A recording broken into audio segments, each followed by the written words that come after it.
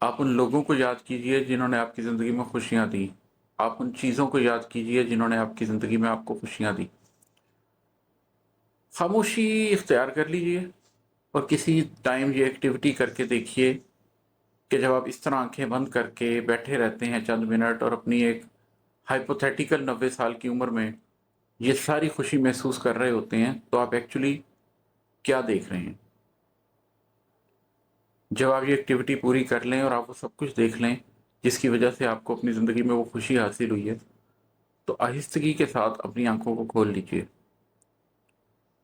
جو حقیقت آپ نے دیکھی تھی یہ وہ ہے جو آپ زندگی میں چاہتے ہیں کہ ڈیتھ بیڈ پہ آپ کو نصیب ہو. اب اگر آپ اپنی زندگی کے شب و روز میں اسی کے لیے سٹرگل کر رہے ہیں تو آپ ایک کامیاب شخص ہیں. اور اگر آپ کو یہ احساس ہوتا ہے کہ آپ کی ساری سٹرگل کسی اور چیز کے لیے تھی اور اس چھوٹی سی ایکٹیویٹی میں آپ نے جو دیکھا ہے وہ کچھ اور ہے تو یقین جانیے پھر آپ 80-90 سال کی عمر میں پیچھے مڑ کے دیکھیں گے اور پچھتائیں گے. تو یہ ایکٹیویٹی آج ہی کر لیں. آج ہی جان لیں کہ آپ کو کیا چیز خوشی دیتی ہے تاکہ آپ اسی چیز کے پیچھے بھاگیں اور جب واقع ہی عمر گزر جائے تو آپ کو یہ احساس نہ ہو کہ آپ نے کسی غلط راستے کا انتخاب کیا تھا. تو میں نے بھی ایسے ہی ایک فیصلہ کیا تھا. بزدلی سے جی جی کر تھک گئے ہو آخر تم، منصب جواں مردی تک گئے ہو آخر تم. آج بات سن لی اور سنگ دل نہیں بولا. آج بات سن لی اور سنگ دل نہیں بولا، ذات میں چھپے موتی تک گئے ہو آخر تم. کبھی ایسا ہوتا ہے کہ لوگ آپ کی بات گوارا نہیں کر سکتے اس لیے کہ وہ بات ان کے نفس کو تکلیف دے رہی ہوتی ہے.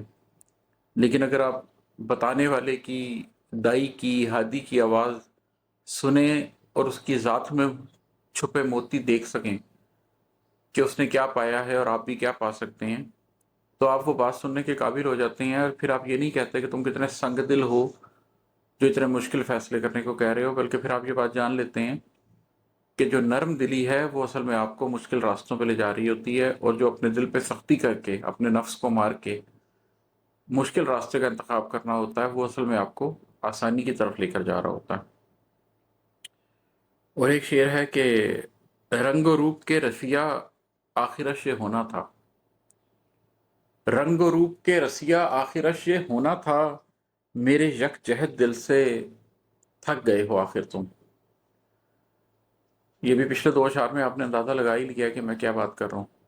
لیکن ہوتا یہ ہے کہ جو لوگ رنگ و روپ کے رسیاں ہیں، جو لوگ مادی دنیا کی چمک کے رسیاں ہیں، اس چکا چوند کے رسیاں ہیں، ان کے ساتھ آخر یہی ہوتا ہے کہ وہ آپ کے اس یکجہت دل سے تھک جاتے ہیں. ایک ایسا شخص جو مسلسل یہی کہہ رہا ہے کہ ہر فیصلہ صحیح اور غلط پہ کرو، صحیح اور غلط پہ کرو، صحیح اور غلط پہ کرو. دنیا میں بہت سے لوگ ہوتے ہیں وہ فیصلہ رشتوں پہ کرتے ہیں. رشتہ نبھ رہا ہے تو اس طرف چلے جاتے ہیں، رشتہ ٹوٹ رہا ہے تو نہیں چلنا. غلط صحیح کا کوئی معیار نہیں ہے. دنیا میں بہت سے لوگ ایسے ہیں جو خوشی اور دکھ پہ فیصلہ کرتے ہیں. اگر خوشی مل رہی ہے تو ٹھیک ہے، اگر دکھ مل رہا ہے تو ہم وہ فیصلہ نہیں کریں گے. بہت سے لوگ ہیں جو فائدے نقصان پہ کرتے ہیں.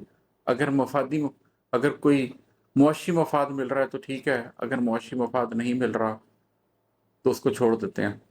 تو سب لوگوں نے اپنے اپنے پیرامیٹرز بنائے ہوتے ہیں. آپ اپنے ارد گرد دیکھیے، آپ کو ایسے لوگ نظر آ جائیں گے.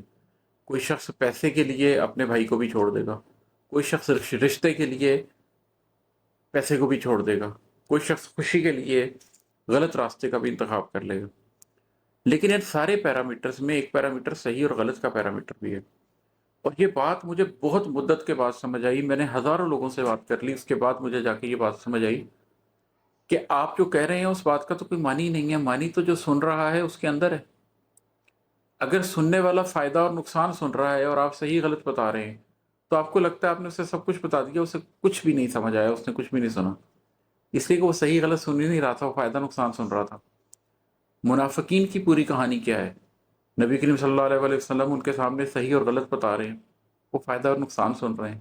جب وہ فائدہ اور نقصان کی اینک لگا کر دیکھ رہے ہیں، فائدہ اور نقصان کا فلٹر لگا کر سن رہے ہیں، انہیں بات سمجھ نہیں آئے گی. تو زندگی میں یہ ہوتا ہے کہ رنگ و روپ کے رسیا آخرش یہ ہونا تھا، میرے یک جہت دل سے تھک گئے ہو آخر تم. جو یک جہتی سے ایک رستے پہ چل رہا ہو، یہ رنگ و روپ کے رسیا اس کے ساتھ نہیں چلتے. آپ تنہا رہ جاتے ہیں. یہ تنہائی کا سفر ہے، آپ نے ہی اختیار کرنا ہوتا ہے آپ کو لگتا ہے کہ آپ کے ساتھ لوگ چلیں گے، لیکن ایسا ہوتا نہیں ہے۔ وہ بڑا مشہور شعر ہے کہ میں اکیلا ہی چلا تھا جانے پہ منزل، مگر ہم سفر ملتے رہے اور قافلہ بنتا گیا۔ مگر حقیقت یہ ہے کہ اس کے الٹ ہوتا ہے، آپ بہت سے لوگوں کے ساتھ چلتے ہیں، لیکن جب آپ زندگی میں مشکل فیصلے کرتے ہیں تو لوگ چھٹتے چلے جاتے ہیں اور آخر میں آپ اکیلے تنہا رہ جاتے ہیں۔ مگر یہ تنہائی آپ کو اختیار کرنی ہی پڑتی ہے اگر آپ کسی بڑی منزل کے مسافر ہیں۔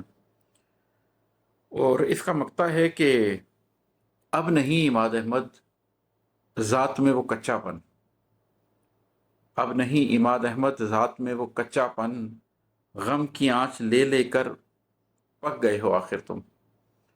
ذات انسان کی کچی ہوتی ہے، ابھی اس کی تشکیل نہیں ہوئی ہوتی، لیکن جب آپ مصمم ارادہ کر لیتے ہیں اور صحیح اور غلط کی بنیاد پہ اپنی زندگی گزارتے ہیں تو اس کے نتیجے میں بہت سے غم آپ کو فیس کرنے پڑتے ہیں۔ کبھی صحیح کی بنیاد پہ رشتے چھوٹ جاتے ہیں، کبھی صحیح کی بنیاد پر پیسہ چھوڑنا پڑتا ہے، کبھی صحیح کی بنیاد پر خوشی چھوڑنی پڑتی ہے۔